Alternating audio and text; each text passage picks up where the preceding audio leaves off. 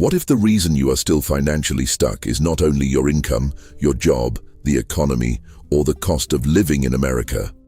What if the real problem is the mental pattern your brain has been trained to repeat every single day? You get paid, and within days the money is already assigned to bills, credit cards, subscriptions, food, car payments, rent, mortgage, student loans, and small purchases you barely remember making. You tell yourself, next month will be different, but next month feels almost exactly the same. Not because you are stupid, not because you are lazy, but because your brain has learned a familiar financial rhythm. Stress, impulse, relief, regret, repeat. Before we go deeper, subscribe to The Money Exposed, because this channel is here to expose the money patterns that keep people trapped. And comment below where you are watching from.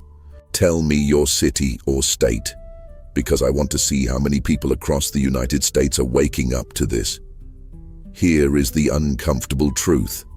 You do not wake up and decide to stay poor. You wake up and follow mental programs that have been reinforced for years. Neuroscience tells us the brain loves efficiency. It turns repeated thoughts, emotions, and decisions into automatic pathways. If you repeatedly use spending as relief, your brain starts treating spending like therapy. If you repeatedly compare your life to other people, your brain starts believing you are behind. If you repeatedly avoid looking at your money, your brain starts treating financial clarity like danger. And long before modern science had language for neural pathways, biblical wisdom was already dealing with the root: attention, desire, discipline, contentment, work, planning, debt, and stewardship. These are not magic tricks. They are not prosperity slogans. They are habits that train the mind to stop obeying fear, impulse, status, and short-term pleasure. The first biblical habit that breaks the poverty pattern is guarding your attention before you try to guard your money, because your money usually leaves after your attention has already been captured. You wake up, open your phone, and before breakfast, your mind has already seen a bigger house, a newer truck, a perfect vacation, a richer friend, a discount, an ad, and someone online making your life feel too small. That feeling is expensive. A mind that feels behind tries to buy speed. A mind that feels inferior tries to buy status. A mind that feels stressed tries to buy comfort. And a mind trained by comparison will always find a reason to spend money it should have protected. So the first habit is simple. Do not let the world set your financial desire before you set your financial direction.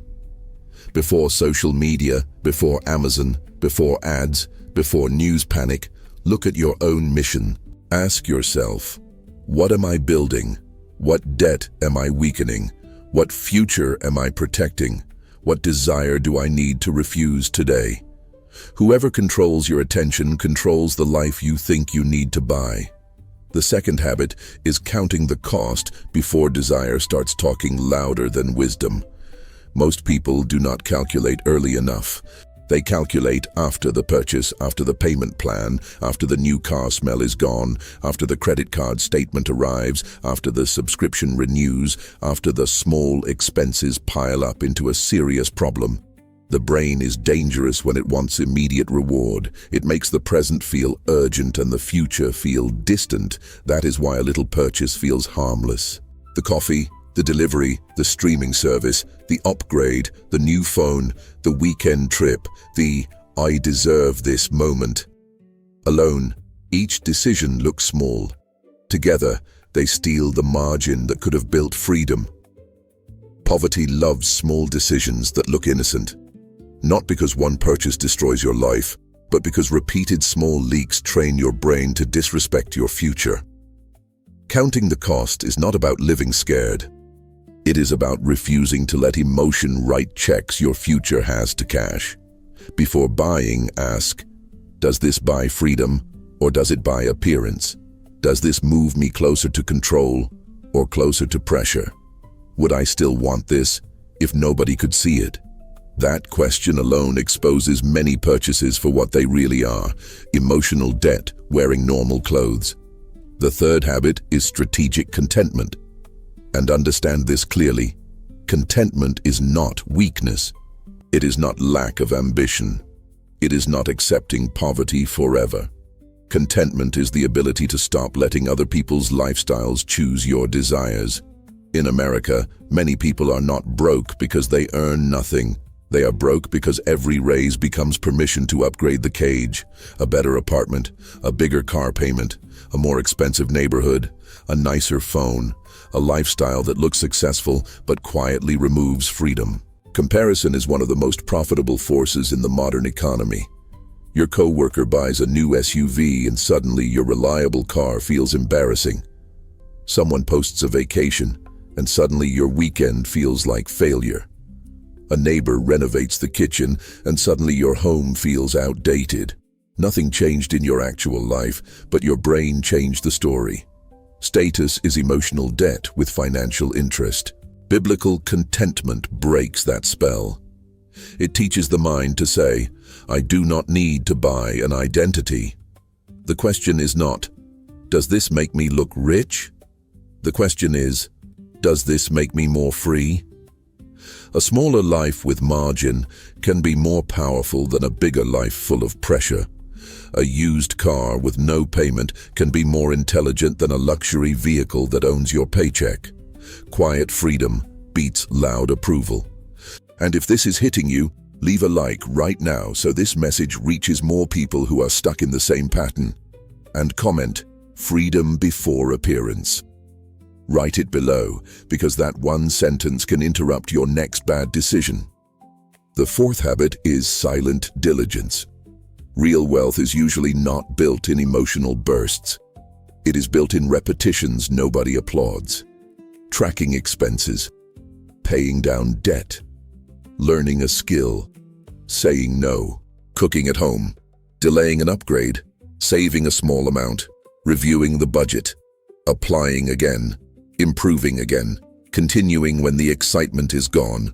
The broke brain looks for intensity. It wants a giant breakthrough, a dramatic opportunity, a lucky moment, a perfect plan. The builder brain looks for repetition. It understands that small actions, repeated long enough, become identity. This is where many people fail. They underestimate the boring work because it does not feel powerful. But your brain is being trained in the boring moments. Every time you refuse a useless purchase, you teach your brain that impulse is not the boss. Every time you save even a small amount, you teach your brain that the future matters. Every time you learn instead of scroll, you teach your brain that your life can be built, not just survived. The fifth habit is giving your money a mission before the world gives it one. Money without a mission is easy prey. If your paycheck lands with no clear direction, every desire becomes a candidate. The bank wants part of it. The credit card wants part of it. The grocery store wants part of it. Restaurants want part of it. Apps want part of it. Ads want part of it. And by the end, everyone has assigned your money except you. Biblical stewardship is not about guilt. It is about command. You are not just earning money, you are managing a resource. And if you do not tell money where to go, your old patterns will decide for you. So before the money is spent, divide it by mission, survival, debt, emergency margin, future freedom, learning, generosity, planned enjoyment. Even if the amount is small, the habit matters. Because the goal at first is not to feel rich. The goal is to stop feeling out of control. Neuroscience supports this in a simple way. Pre-decided rules reduce the power of temptation. I will try to spend less is weak. This money already has a mission is strong. The old version of you negotiates with every impulse. The new version of you gives orders before impulse enters the room. And here is the deeper truth. Your brain always tries to return to what feels familiar. If financial chaos is familiar, peace will feel strange. If spending everything is familiar, saving will feel uncomfortable. If comparison is familiar, contentment will feel like falling behind. If debt is familiar, having margin may even feel temporary or suspicious. So you are not only fighting bills, rent, mortgage payments, credit cards, student loans, inflation, and the cost of groceries. You are fighting a version of yourself that was trained to survive, not build. That is why these 5 habits matter. Guard your attention. Count the cost, practice contentment, repeat the right actions in silence, give every dollar a mission. These habits do not make you rich overnight, but they start weakening the old mental roads that keep leading you back to the same financial place. Maybe your life does not change because you find a secret investment. Maybe it changes because you finally stop feeding the mental pattern that has been stealing your future one normal decision at a time. For the next 7 days, before any non-essential purchase, pause for 30 seconds and ask, does this buy freedom or does this buy temporary relief? And for the next 7 days, give every dollar a mission before the world gives it one. If this message exposed something in you, like the video, and comment, "My money has a mission." Write it below as a decision against the old pattern. And if you want to keep exposing the hidden systems, habits, and money traps that keep people broke, watch the video appearing on the screen right now. It is the next step to stop obeying the old pattern and start building real freedom.